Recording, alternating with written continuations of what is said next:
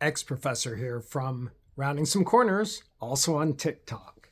Now, I don't know what your community is like, but a community is a place where you live, where you have familiarity and places that you can get to in a quick period of time and familiar faces that you come in contact with. A community should have a marijuana outlet, don't you think? A place where you can go that is not too inconvenient for you to pick up your goods. Unfortunately, however, the only way that you can get marijuana legally, at least in most states across the United States and most of the rest of the world, is through a dispensary. A dispensary is a place where you can purchase marijuana, and it's got several levels of security. I've been to dispensaries all over the world, including in South Africa and in the United States and in Mexico, where they're still rolling them out. And I've been to some of the early dispensaries when they opened in Colorado and Seattle and Massachusetts. So I've been in a lot of dispensaries, and unfortunately, I'm here to say that dispensaries, as great as they are, and I'm so happy they are here, dispensaries are only contributing to the doxa of marijuana. So that's what I want to talk about, marijuana dispensaries as doxa. Remember doxa? Doxa is that so-called piece of knowledge or body of knowledge that we set aside over time in society, thinking that it is intact. It makes sense because everybody agrees with it. Unfortunately, however, the values of a doxa are kept secret and not really made present because the doxa is oppressing alternative belief systems. And so that's what we're doing in this video lecture series. We're taking on doxas of marijuana, and this particular one has to do with the marijuana dispensary as doxa. So let's talk about those three areas where marijuana dispensaries are not helping to advance marijuana into the community as a place where we can walk down to or drive to close by and conveniently pick up our goods. Number one is the location of dispensaries. So dispensaries typically are located away from neighborhoods. They are located along traffic corridors, places where only cars are passing by. There might be gas stations or perhaps a restaurant that's semi-close to a dispensary, but by and large they are separate and they are far away. And the reasons for that are many, but mostly it has to do with neighborhoods not accepting the idea of a dispensary coming to their premises. There are fears of security. There are fears of unsightly characters. There are fears of other drugs coming into the neighborhood if dispensaries come in. All of these issues were addressed, by the way, when I interviewed Chris Visco, known at that time as the Queen of Cannabis, a very early owner and a female owner of several dispensaries in Pennsylvania.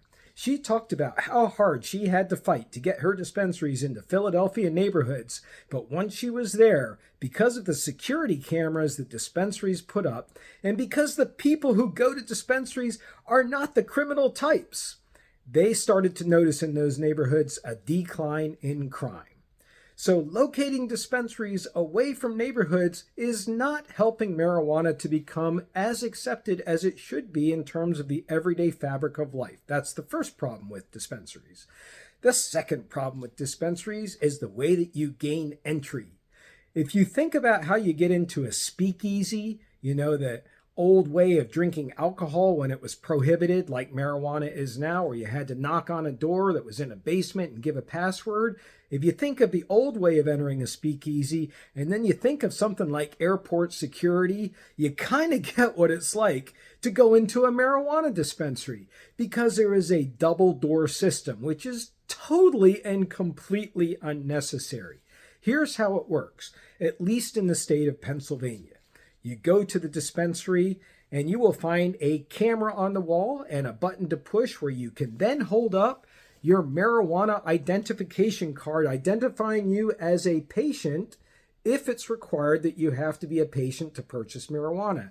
If it is not required, then you will be required still to produce an identification. If marijuana is recreationally distributed in the dispensary, you'll still have to produce identification. But regardless, the double door system is intact. So you have to wait for the first door to close. It's a glass door. And then when that door is closed, then you can go through the second door, which is also a glass door, to then get to the waiting area or the lounge. Now, that is really silly. It's designed to provide extra security because if somebody is in that space who entered without your knowledge and you don't want to be there, you can prevent them from getting past that next door. I get that.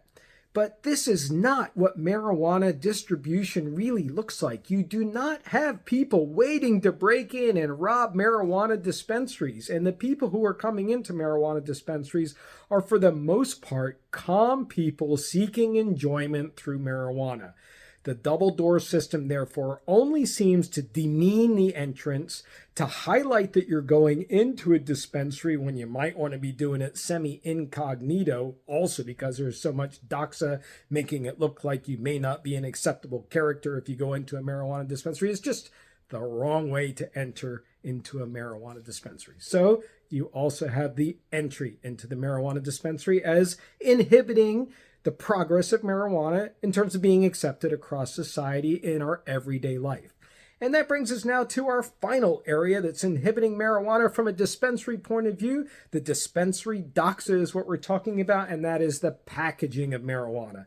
And let me tell you, marijuana products, the way that they are packaged, this packaging is not doing any favors for creating an impression of marijuana as being an environmentally friendly, consumable product, which it is. By its very nature, it's a plant. There is nothing artificial or synthetic if you want to consume marijuana. But when you go to a dispensary, you get a bag that is stapled shut. So you've got staples. That's a waste. That's metal. That's going into the ground. That's going to be rust somewhere in some landfill as small as it is. You've got a bag which has a plastic synthetic compound in here. I can just feel it. That's not going to be recyclable. At least it's got a rope handle, but at least again, then again, it's got plastic in it. And then you've got unnecessary packaging. So here's some relax mints. These ones are 2 milligrams of CBD and 5 milligrams of THC. And you take off the plastic, and then where does this go? And then you open it up. And then inside, there's more rubberized plastic to get it to seal up. Unnecessary. They're hard mints. This is one of the worst. This is a vaping cartridge. Now, if you're wondering whether vaping is completely unacceptable because it's along the lines of smoking cigarettes, then I encourage you to check out the link that I provide here to some studies that showing vaping really is a completely different animal. But you can see while I'm struggling to get into this box, and I know there's an easier way to do it, but what you have here is you get your container, which is inside a box, which I can't even get out yet. The box is sealed up tight, also with plastic in the cardboard. You can't recycle it. And then it's put into this bag that you take out. Now, if I can ever get this piece out of here to show you what you eventually get to, there's just more packaging. This is the vaping cartridge. This particular one, if you're curious, is a live resin. Live resin is one of the newer ways of processing the cannabis plant that preserves the active ingredients in the plant and captures the full spectrum of the entire plant. But look what it's got on top of it. It's got a little rubberized cap that you have to take off. It's got another rubberized cap that you have to take off. It's made of glass. There's metal. There's more plastic on here. And then the dispenser that you put it into is got a battery. And so this kind of packaging delivering pleasure to the marijuana user, it's great. The product itself is fantastic and is very important to marijuana being perceived as a healthy pleasure, but the packaging is totally destroying the imagery of marijuana as an environmentally friendly product. And so that is also a problem with the dispensary system. So if you look at dispensaries, I honestly can't believe that they are around today, given that I lived through the 1970s and the 1980s, where if you had marijuana anywhere on your person and were in a car, you were constantly afraid. And if you wanted to buy some from someone, you had to go to a dealer or buy extra for yourself so that you could sell some and then keep the remains, like buy an ounce and keep a quarter of it, or find somebody on a city street where it was going to be dangerous.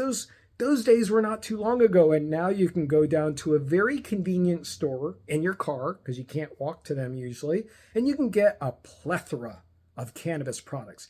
It truly is amazing, and no disrespect is meant here towards marijuana dispensaries, but the delivery system of marijuana dispensaries is continuing the doxa of marijuana as a dangerous drug, making it look like to go into one of those places, you've got to go through Fort Knox. You've got to go through a combination of airport security and really, really tough entrance, speakeasy type entrance codes and procedures to get to what is grown on the earth as a plant.